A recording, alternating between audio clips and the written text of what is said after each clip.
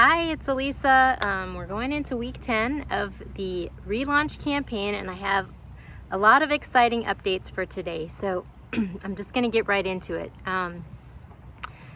Number one, I've alluded to this a lot in the past, but R&D Creamery was never meant to be the name for the cheese company, because R&D Creamery is it's like a gestational, I think, period on the way to the larger cheese launch. And part of the reason for this, which I haven't really talked about much, is that I've been kind of working through this profound family emergency with COVID, and there was a death in my family, and this created an elder care crisis. And so I had been kind of wanting to stabilize that situation before moving forward on that aspect of the cheese relaunch. So I wanted to start, with a gestational period while I worked on that, and just to like re-engage the audience that I had. And now, dun, da, da, da, we're ready to like step forward into the next phase.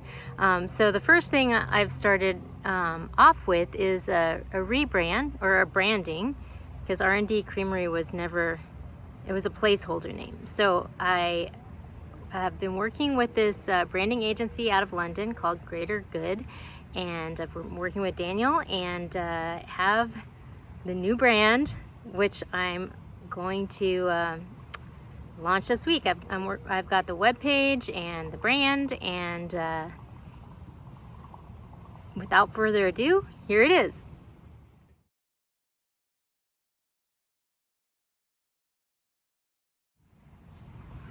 So there's a lot of meaning that's sort of imbued into the name, and if you have any questions about that, I did put a whole explanation about it on the website as well. But I'm really excited about it. I'm excited about what it means, and it's just really about bridging the tradition of cheese making from the past, of dairy cheese making. It's like at 8,000 years of history, and bridging that with the technology of the future to help support us in bringing about our best selves.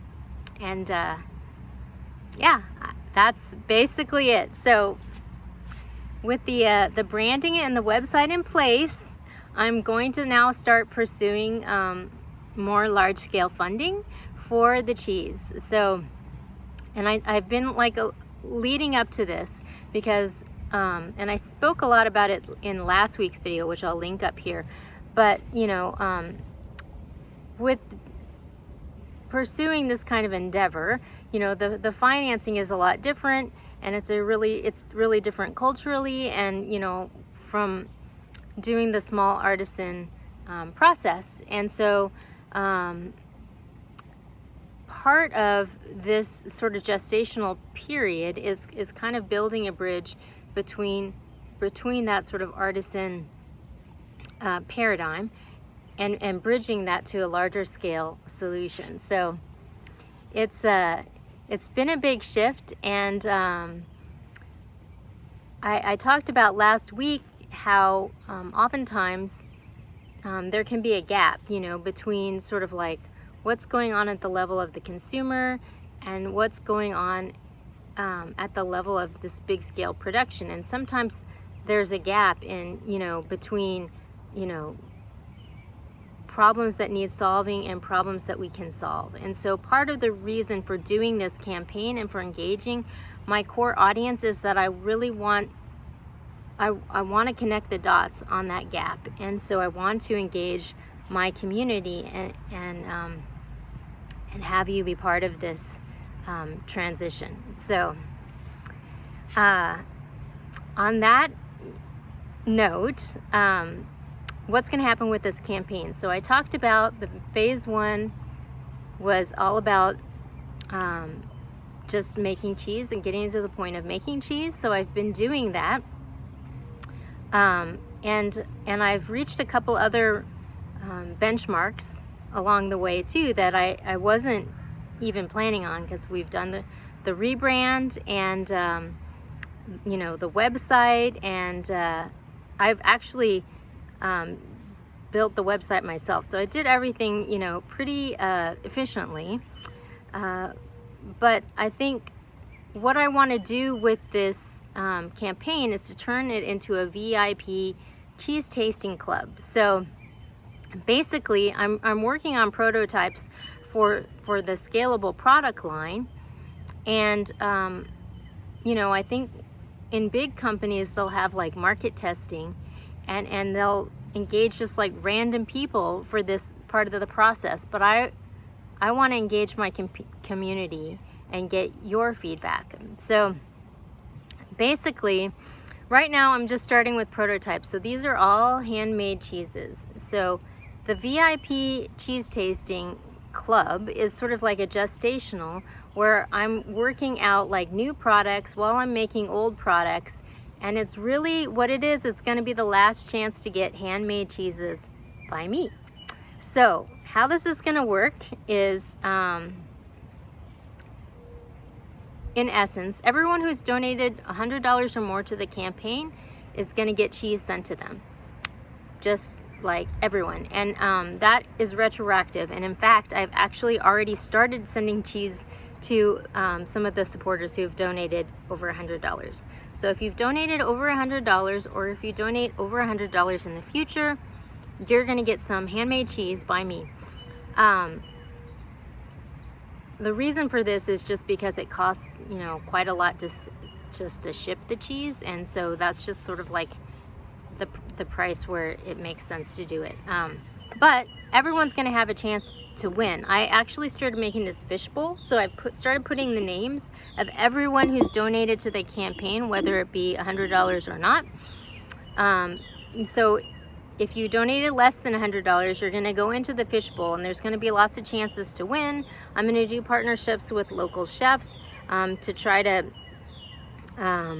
build awareness of the brand out there. So I hope to have, you know, a number of chances to win for everyone, whether you donated $100 or not. There's going to be some other prize packages, and I'm going to list them on the GoFundMe page. But basically, we're just trying to raise another, it's less than $10,000 at this point, just to sort of pay for the shipping and pay for the cheese production while I raise the capital for this larger scale production. So it's kind of like an in-between period. So phase 2 is the VIP Cheese Tasting Club. You'll be in the VIP Cheese Tasting Club for life, you know, whatever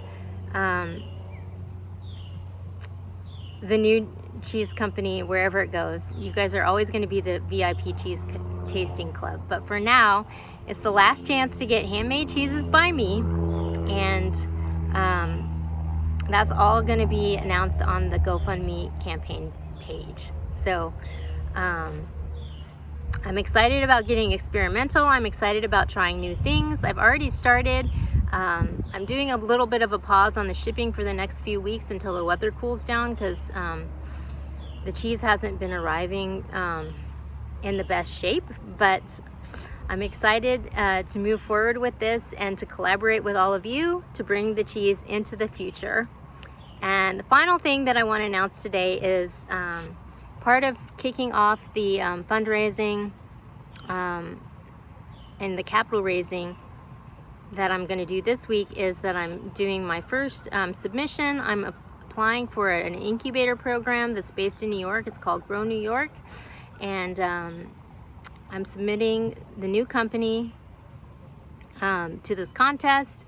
It's kind of like a Shark Tank business development contest, but there's a chance to win up to $1 million towards your company. So this is very exciting, and I'm going to be submitting that this week, and I will keep you posted on the fundraising as we go. I plan to keep doing these weekly update videos to keep everyone engaged, and also to just be transparent about what I'm doing with the money that I've raised, and keep you guys in the loop. So I think that's pretty much it for this week. It's a big thing. I'm going to put a link down below to the website of the new cheese company, also to the campaign headquarters. I think I'm going to keep the campaign headquarters in the same spot, as we do this transition, just to make things less confusing, because there's like 2 brands and there's a lot of shifts and changes, and I don't want to lose people in the process, because I'm sure a lot of people are going to be confused when we change the logo and all of this that's going to happen this week. But like, let's stick together, stay on the same page. And final reminder, just I want to let you know I've also started doing some videos on the wellness platform that I've been developing. Part of the thing with the new cheese is it's all about supporting us and being our best selves. And so Asian Warrior Princess is sort of my manifestation of my best self, my superhero alter ego. You can go to that website to get links to the videos about the campaign. Also, I'm doing gardening and recipes from the garden, and just sort of wellness inspired lifestyle tips. This week we're featuring a video with Colin Anderson from Eureka Compass Vegan Foods. He is opening the first, or not the first, but the largest vegan grocery store in the country, and it's super exciting. And he's going to be doing a quesadilla recipe on that. So check that out, AsianWarriorPrincess.com, and we'll be back next week.